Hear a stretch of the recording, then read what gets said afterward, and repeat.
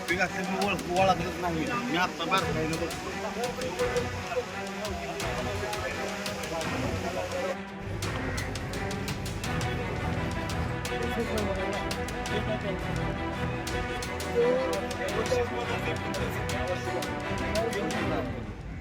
माऊलींचं आगमन 15 तारखेला होतं बुधवारी. म्हणजे सालाबादप्रमाणे जे काही नियोजन असतं त्या पद्धतीचं नियोजन किंबहुना त्याच्यापेक्षा सुद्धा चांगला नियोजन करण्याचा प्रयत्न मग आमचे प्रांत तहसीलदार, आमचे नगराध्यक्ष लोणंद CO, त्याचबरोबर पंचायत समितीचे आमचे सर्व सभापती असतील, BDO आणि एकूणच आमचा MSCB असेल, आमचा पोलीस आमचा विभाग असेल, म्हणजे आरोग्य विभाग असेल, शासनाचा प्रत्येक विभाग या नियोजनाच्या संदर्भामध्ये दरवर्षीप्रमाणे अतिशय चांगल्या पद्धतीचं नियोजन त्या निमित्तानं केलेलं आहे.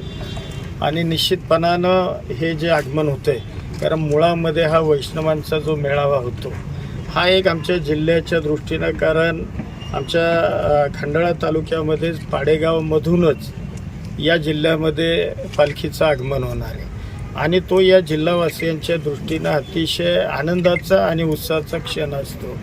आणि एक वेगळ्या पद्धतीचा उत्साह हा प्रशासनातले अधिकारी कर्मचारी त्याचबरोबर या जिल्ह्यातील जनता आणि विशेषतः खंडाळा तालुक्यातील सर्व जनता या स्वागताकरता आसुसलेली असते. आणि या अनुषंगानं ज्या ज्या काही नागरी सुविधा आवश्यक आहेत, मग अगदी पालखी तळाची या ठिकाणी माऊलींच्या विसाव्याची व्यवस्था असेल, या ठिकाणी घेण्यात येत असणाऱ्या सर्व काही बाबी असतील, याचा चांगल्या पद्धतीनं नियोजन केलेलं आहे. त्याचबरोबर आरोग्याच्या संदर्भात सुद्धा मग इथं एक आम्ही आरोग्याचं एक पथक ठेवण्याचा निर्णय घेतला आहे.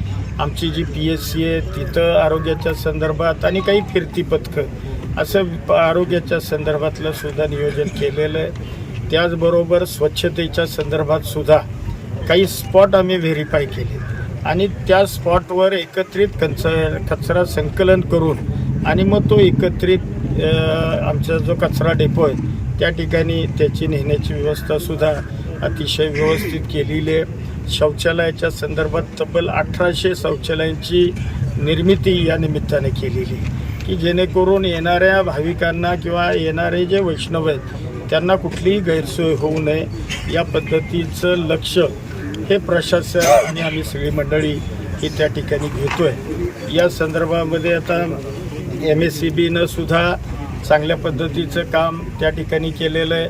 आता आम्ही अंडरग्राऊंड केबलिंगसुद्धा मंजूर केलं आहे. तब्बल 12 कोटी रुपयाचा हा प्रकल्प आता त्याचं टेंडरसुद्धा झालं आहे आणि कॉन्ट्रॅक्टरसुद्धा फायनल झाला आहे. त्यामुळं पुढच्या वर्षी हे जे मेन रोडवरचे जे पोल आहेत आणि या रस्त्यावरचे आणि बाजारतळावर इथं संपूर्ण आपण अंडरग्राऊंड केबलिंग करणार आहे. त्यामुळं रस्त्यावरचे पोल आणि ज्या लाईन आहेत हे आता तुम्हाला पुढच्या वर्षीमध्ये निघालेल्या दिसतील.